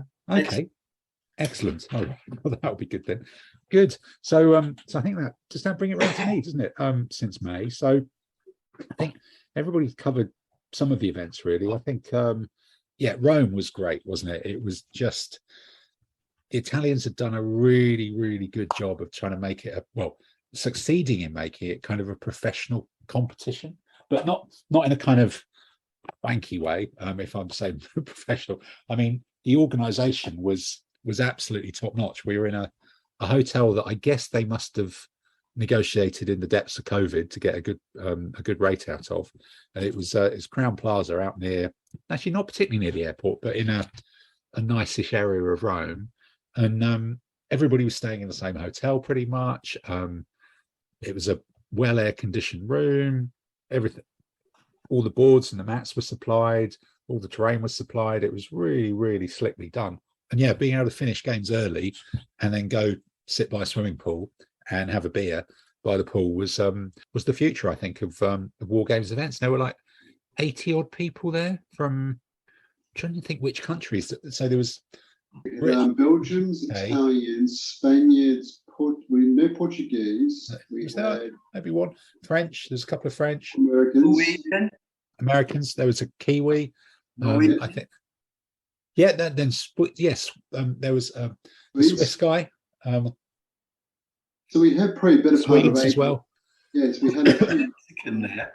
Yeah. eight or 9 different countries. We Yeah. had, The whole world there, really, wasn't it? Which is grand. Yeah. And it was just a really nice competition. I think I took the Coruscanians that I'd taken a couple of years before because it's a 2-list competition and there's two decently different options. And I think I struggled in the first game because I did have dice whinge incoming. I had some of the worst pip dice that even now from June I can still remember it in one particular game. I think I had 7 or 8 turns, and I don't think my pip dice got more than 6 in total in aggregate in any of those turns, which hampered my remember ability. you telling me to about how bad they were. it was one where your opponent apologizes, but I think the highlight for me later in the competition was burying my Dave Allen hoodoo by beating him in the 5th round or something like that, and then coming up short against a Spanish player in the 6th round as well. But there was a really interesting mix of different armies. It's when you play people from different countries and different completely different metas. It's like, one guy was using a really effective 100 Years War English army with the strategist and just with the proper foot, and it was like, this shouldn't be an effective army. It should be a bit, and it really worked. And you just go, that does work if you use it like that. So I thought it was really, really good for that. And then we had some great food, even when we managed to get off campus and go to some things. I think great pizza on the last night, a little local Really good. trattoria, blisteringly hot, and just a really, really good session. I think a week later we were all in Birmingham, weren't we? Was it a week or two later we were in Birmingham at the Games Expo? 2 weeks later in Games Expo, and that was a good one. Got a 25mm army out that I was a little bit distracted that weekend, but I still put some of my 25mm Arabs on table, which was good. BritCon, obviously I was running around behind the scenes doing the cat herding for that one, but that was great, with nearly 350 people taking part, which was a huge uptick on the previous shows. And I think there should be something coming out in one of the War Games magazines quite soon. They came round because they're based in Nottingham. Is it Miniature War Games? And had a chat to me and Kevin in the organising bunker, and took a load of photos. So I think it may be the next edition, or the imminently coming up one, may have pictures of me and Kevin pretending that we're doing something on a computer, like posed, like whatever. So if it doesn't look very natural, it's because it's not very natural. It will be the thing to look out for on that. And then after that, we did one of the one days in Reading, where it was the Rus themed one. It was the opponents and armies and enemies of the Rus, which kind of incorporated enough Byzantines that everybody took Byzantines, and I was the only person to take the Rus, because the Rus is a bit boring and it's all spear, and that doesn't work particularly well. And it worked really well because everybody else had Byzantines, and I ended up winning that one, which is the first time in quite a long time to do that well. And actually, that's one of the other things I painted. I got a Viking longhouse from the resin buildings range that goes with Forged in Battle stuff. So I have painted that up. I've not put any photos of it up yet. It's a bit of black and dry brush, and it looks quite cool. And then more recently, I did the teams competition in Lisbon, which isn't the world teams really. It's just a Lisbon ADLG group organizer team event with 4 players in effectively, I think there's like a biblical one, there's Roman classical, then there's Dark Ages, and then there's medieval pools, and you play against other teams. And again, that was just so international. They had 96 people. That's turning into the world's team. But actually, I think in some ways it's really important that it isn't the world's, because it's not national teams. It's not, because all the nonsense that when they used to be the worlds and DBM that had to qualify and all, it's just bollocks. This is like any 4 people can just gang together and be a team, and you go, because Lisbon is easy to get to, and it's cheap, and it's still warm in September, and you play in a museum. And also, more importantly, they have really good wine and really good port. Really good port and wine. And so, really the things I remember about that, as other than some of the games and managing to put the Persian siege tower on the table in serious competition, was there's us and a lot of the Americans and the Kiwis, we're all sat outside till very, very late in the evening, eating and drinking and going to a port bar and traveling around. In every taxi ride cost €6. Wherever you went cost €6 up and down. And it was just a really, really nice weekend with 5 games in it against the usual, an unusual mix of people that you not normally see. And I think there were 2 teams with Brits in, something like that, 2.5 out of 24. So 1 team of Americans, 1 team of other colonials. So it's kind of 20 teams of French, Belgian, Italian, Portuguese, Spanish. It's just great, really international. Good the Americans came over. Lisbon, bizarrely, is actually closer to fly from the west coast, sorry, the east coast of the States than almost anywhere else because it's quite far out into the Atlantic.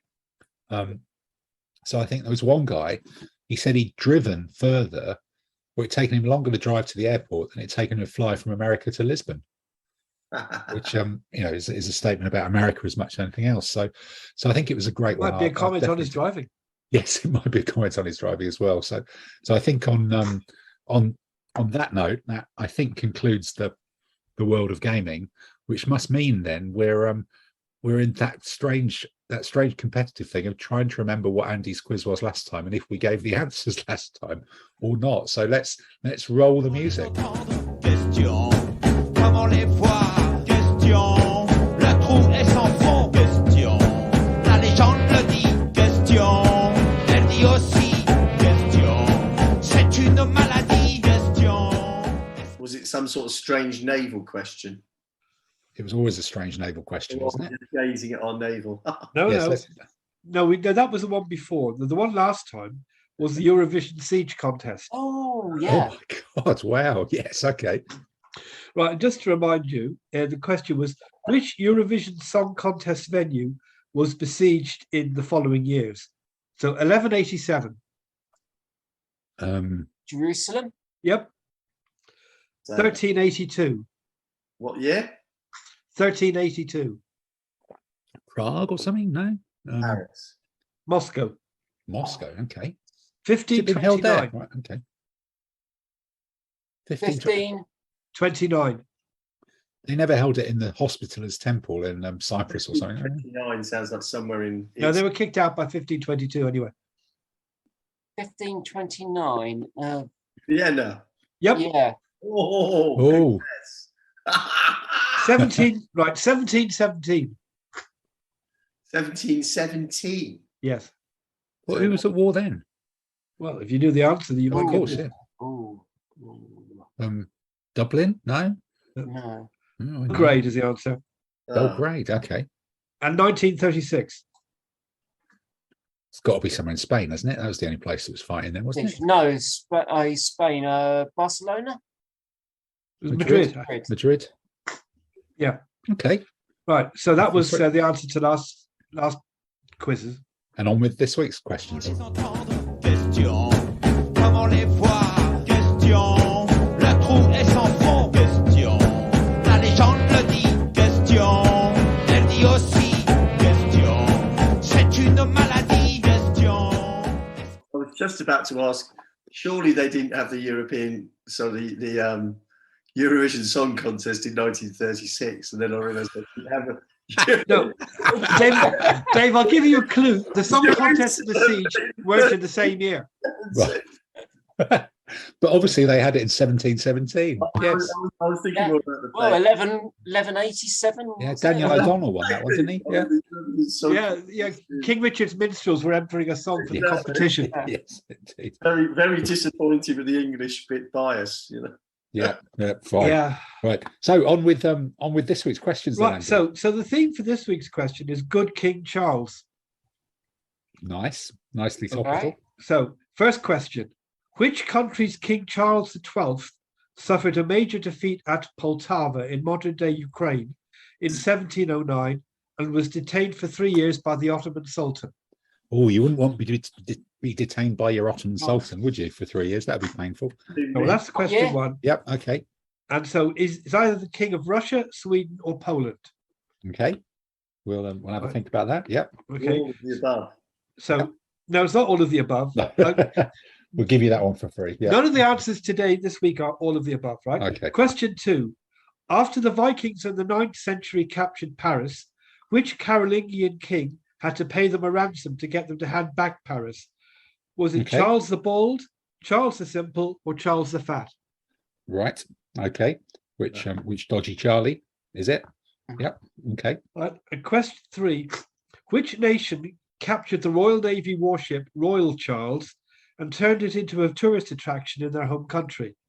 Right. Was it the Netherlands, France, or Spain? Okay. So who's the cheeky Charlie, so to speak? on that one. Right. Well, look, I won't necessarily say next week we'll be back, but within the foreseeable future, we'll bring you the answer to these when we return with Andy's quiz for another week. Comment les entendre? Question. Comment les voir? Question. Le trou est sans fond? Question. La légende le dit? Question. Elle dit aussi? Question. C'est une maladie? Question. I saw a comic on the weekend of the Queen's death or something. They cancelled Friday night, but did the Saturday night one. And one of the things he said, it's a good job that they managed to actually get the Elizabeth line finished and named, because otherwise there'd be a big line of Charlie going straight through London, ending up in Essex, which would have been not quite him, not quite the right sort of thing. But yeah, enough of that. Text that to some people, right? Yeah. Yes, exactly. Yeah. See, I'm writing on Chuck at the middle of the evening. Yes, indeed. So what do we do? So then we've remembered the quiz. It's a miracle, and we've remembered the music too. So what we now do, as we're wrapping up, is to look at what's coming up in the next few weeks and months. So Simon, what's first for you, or what's coming up gaming for you? Gaming for me, getting ready for Selwig. So I'll be going into the 25mm period of any army, but has to have at least one elephant. So absolute sheer panic because I don't have any elephants yet. So that's a minor technical problem, but nothing that can't be resolved. Looking forward to that. Looking forward to painting some random 10mm figures, and then getting ready for Warfare in November, which is quite scary, being it's only basically a month and a half away. So off to sunny Farnborough, which I think we're all discovering is a little bit awkward to get to, but hopefully more people will pull their finger out and get into the competition. Yeah, I think we're having to organise multiple cars, aren't we? Because the trains just don't really connect particularly well to get there for a reasonable start. So, but it probably means a very big curry with everybody staying together. It'd be like being abroad, really, in a strange way. That'll be quite good. Yeah. And then, as I mentioned, got the ADLG Renaissance competition on the 27th of November. So, okay. As I'm organising and refereeing that, I actually have to know what I'm doing. All right. And what's on the future painting pile then for the next few weeks? Future painting pile is more Arabs, because you can never have too many camels.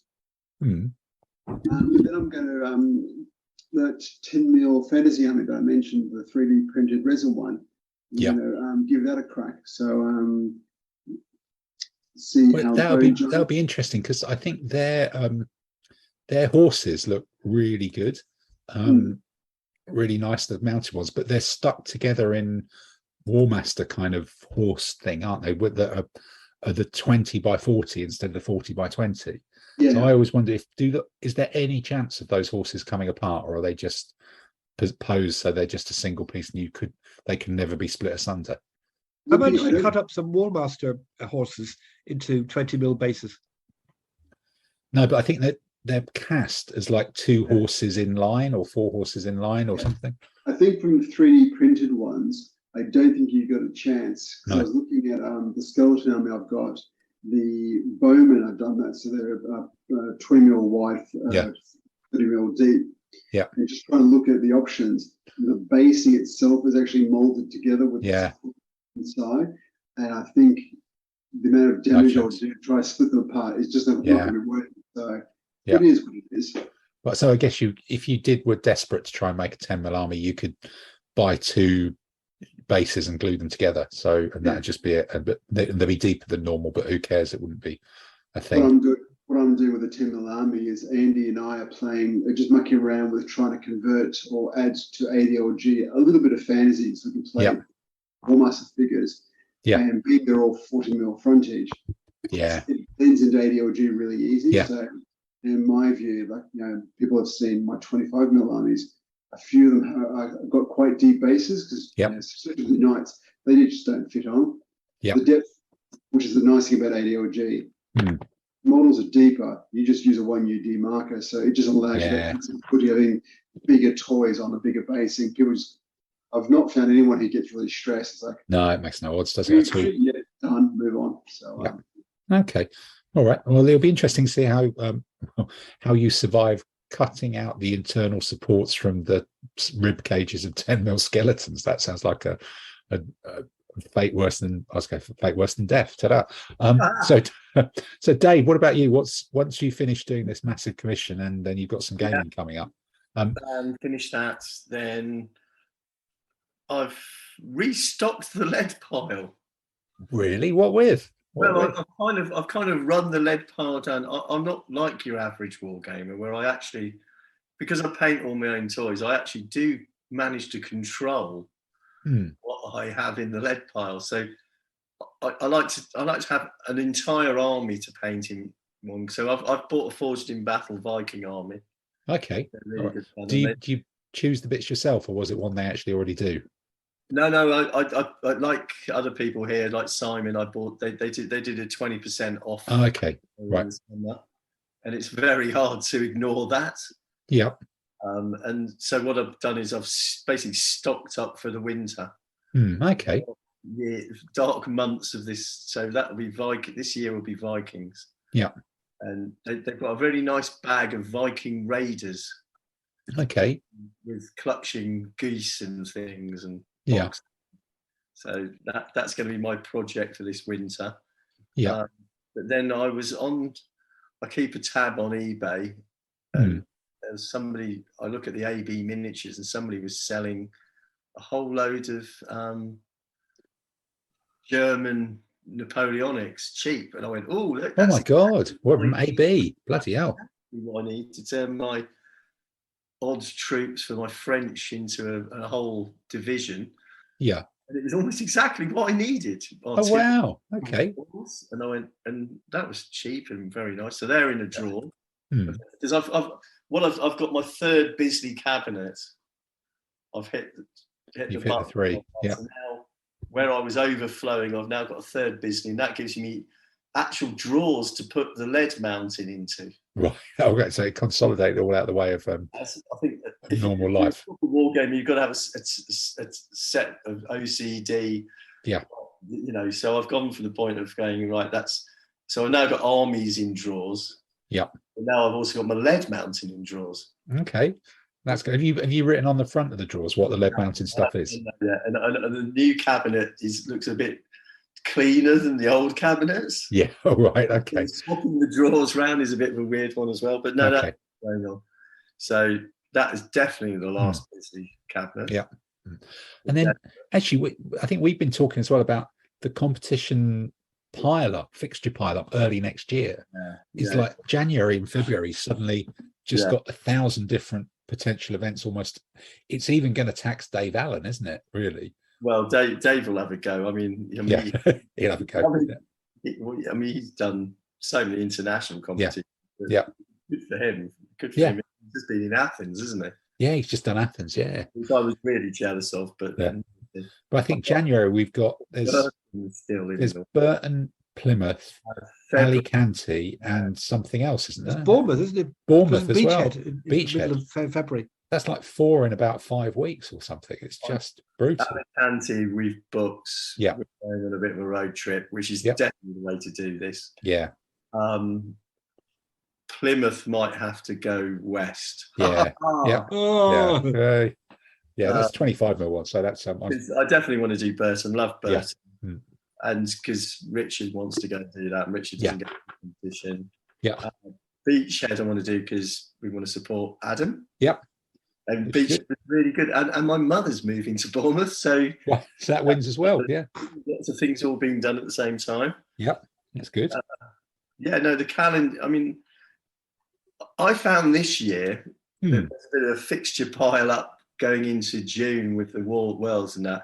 Yeah. And then it got quieter in July, and it was actually quite a relief to have a bit of a rest. Yes, yeah.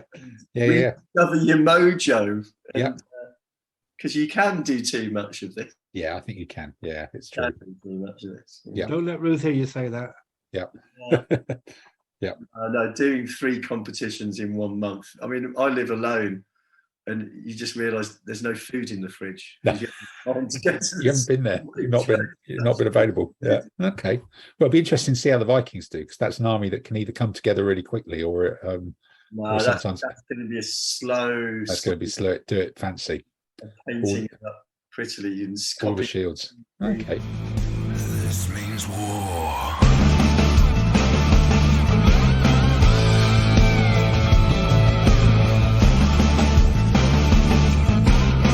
This means war. So Tamsin, are you 3D printing something that's going to take you a month to paint as we speak, or what's the next couple Just of free, no, weeks for I you? 3D printing lots of little bits Hmm. for sort of sci-fi terrain sort of adornment. Yeah. Okay. So So- if we bought some STL, I'm using words I'm just stringing Have nonsense you together. bought or downloaded free some STLs? Yeah. STL files. Yeah, That might be an interesting thing to do Yeah, for us all to have a go at, not obviously pressing the button. You do the button pressing, and then we all paint them. Oh. Then we can all just go, why don't we just ask Tamsin to paint them properly? Because all ours look shit. That we could do that. Have a sort of, oh dear, we're not as good as yeah. that session, which Yeah, might be if fun. you got stuff that you Yeah. I Well, think I you'd like might to have a get dig around into, that. See what. just get in touch. Let me and Yeah. I'll see. Yeah. Any requests or something like that. All I'll of a see what I can sudden, do about printing it. Hmm. Yeah, I can just see a whole bunch of emails being sent to Tamsin. Yeah, hi Tamsin, Yeah. I've got these 400 files. Can you give me your- No, but I think if we just like got Basically. one thing that we all kind of fancied and tried it in different scales or something, Mm. whether that would actually work, it would just be intriguing to see how that might Yeah. pan out, possibly. Bear in mind, it's better for things like terrain and Yeah. terrain vehicles, Right. Okay. So you're saying if we got like fancy little figures, organic. they'll all look a little bit shit. Okay. Yeah, it depends. Yeah. It depends on if it's figures.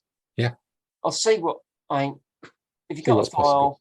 Yeah. Send it to me. We'll have a look. I'll print it. I'll have a go printing it Yeah. different scales. See how See it if it comes works. out. Okay, that could be an intriguing one. All right.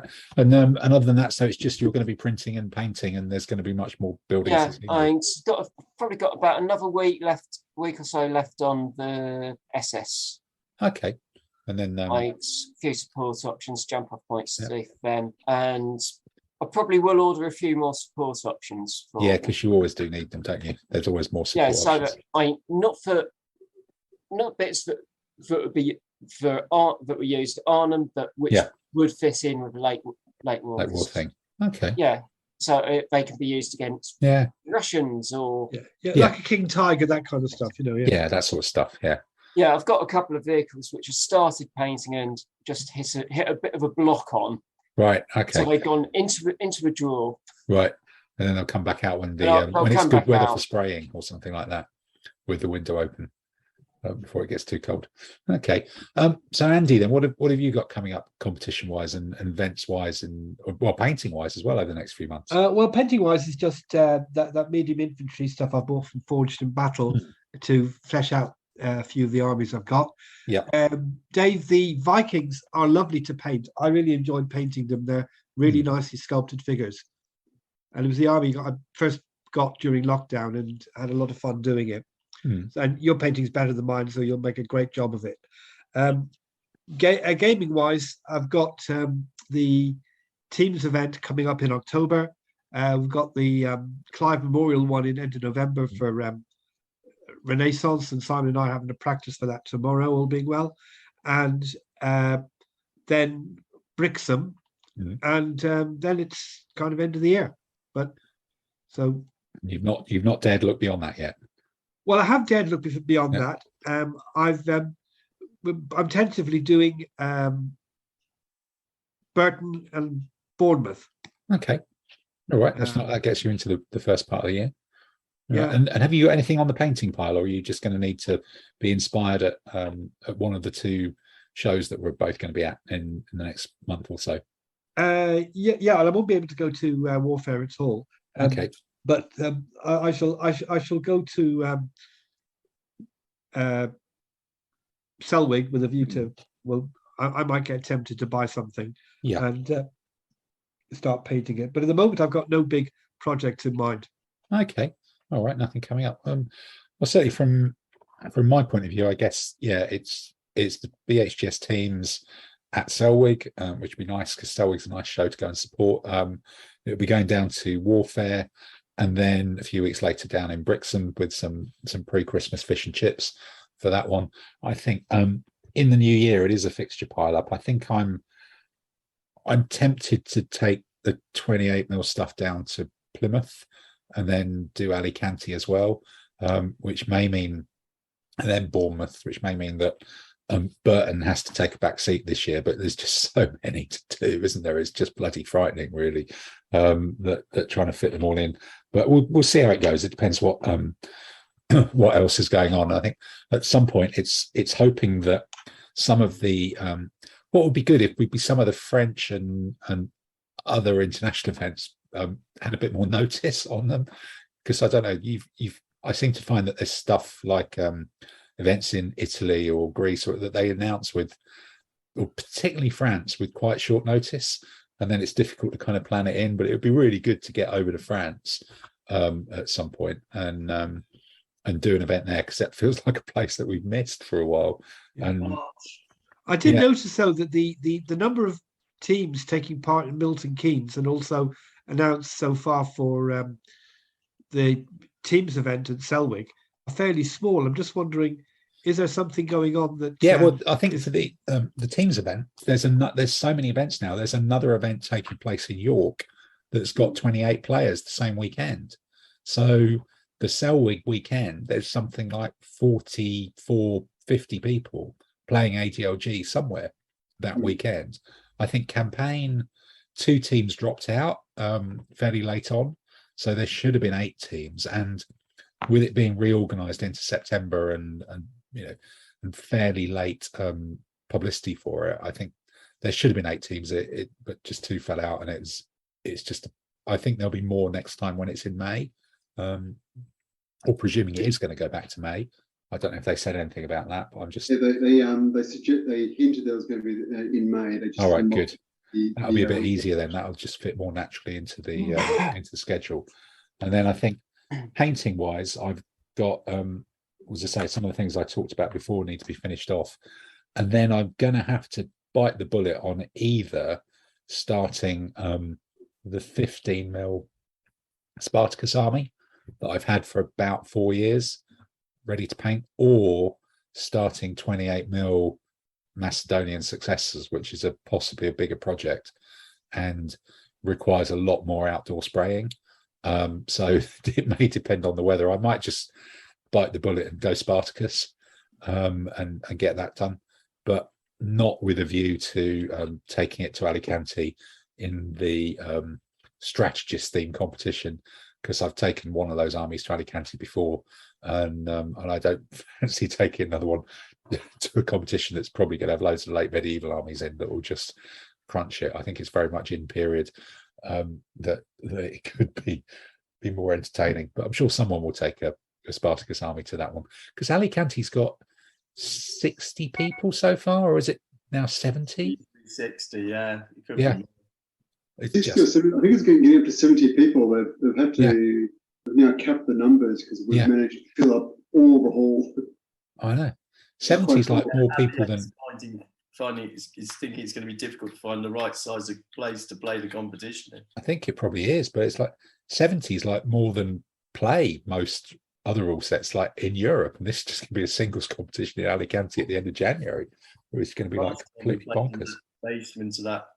Yeah, the basement of someone's apartment block isn't necessarily going to cut it anymore, is it? It's going to have to be a bit more substantial than that. So there's kind of a busy first few months, and whether I actually do manage to finish off the Spanish cavalry. What I'm looking at here, some 15mm injured people. I've got these markers. I've got these African nations. Also, there's loads of armies I've still got to use as well. Taking different ones to Warfare. I think Warfare is going to be something I've never used. Both the armies I would take to Brixham would be ones I've never used. The teams thing will be something I've never used. So Alicante should be something I've never used as well. So it's going to be busy. There's going to be a lot of new stuff. And what we've got to do is try and start fitting in some time for some more podcasts to talk about it now the nights are closing in and we're probably doing more painting. So I think on on that note, on just a shade under 2 hours, which is not bad for us, Yeah. we would lovingly leave you and enjoy painting, and we will try and come back when within a time frame by which you can still remember what Andy's quiz questions were. That's the objective, really, isn't it? So for me and for everybody, goodbye. Bye. Yeah, bye. This means war.